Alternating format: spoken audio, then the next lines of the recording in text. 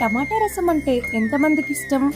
ఈ రసం నేను చెప్పిన ప్రొసీజర్లో చేస్తే గ్లాసులు గ్లాసులు తాగేస్తారనుకోండి. ఈ రసంతో 4-5 ముద్దలు అన్నం ఎక్కువే తింటారండోయ్, అంత బాగుంటుంది. మరింకెందుకు ఆలస్యం, తయారీ విధానం చూసేద్దాం. ముందుగా 1 టేబుల్ స్పూన్ జీలకర్ర, మిరియాలు, 10 మెంతులు వేసుకుని కచ్చా పచ్చగా గ్రైండ్ చేసుకోవాలి. అందులోనే 15 వెల్లుల్లి వేసుకుని గ్రైండ్ చేసి పక్కన పెట్టుకున్న తర్వాత పెద్ద నిమ్మకాయ సైజ్ అంత చింతపండుని నీళ్ళలో నానబెట్టాలి 10 నిమిషాల పాటు. నానిన చింతపండు గుజ్జుని బాగా పిసికేసి వాటర్ పక్కన పెట్టుకోవాలి. పెనంలో ఆయిల్ వేసుకొని అందులో 5 వెల్లుల్లి రెబ్బలు గోల్డెన్ బ్రౌన్ వచ్చేంత వరకు ఫ్రై చేసుకున్న తర్వాత ఆవాలు, మిశ్రమం వేసుకొని ఫ్రై చేసుకోవాలి. 4 ఎండుమిర్చిని కట్ చేసుకొని వేసుకొని కరివేపాకు, పసుపు వేసుకొని ఫ్రై చేయాలి. మీడియం సైజ్ టమాటాలని సన్నగా కట్ చేసుకొని వేసుకున్న తర్వాత బాగా మ్యాష్ చేసుకోవాలి గరిటెతో. టమాటాలు మగ్గిన తర్వాత ముందుగా గుజ్జు తీసి పెట్టుకున్న చింతపండు రసాన్ని వేసేసి ఒక పొంగు వచ్చేంత వరకు పొంగనివ్వాలి. లాస్ట్ లో కొత్తిమీరతో గార్నిష్ చేయాలి.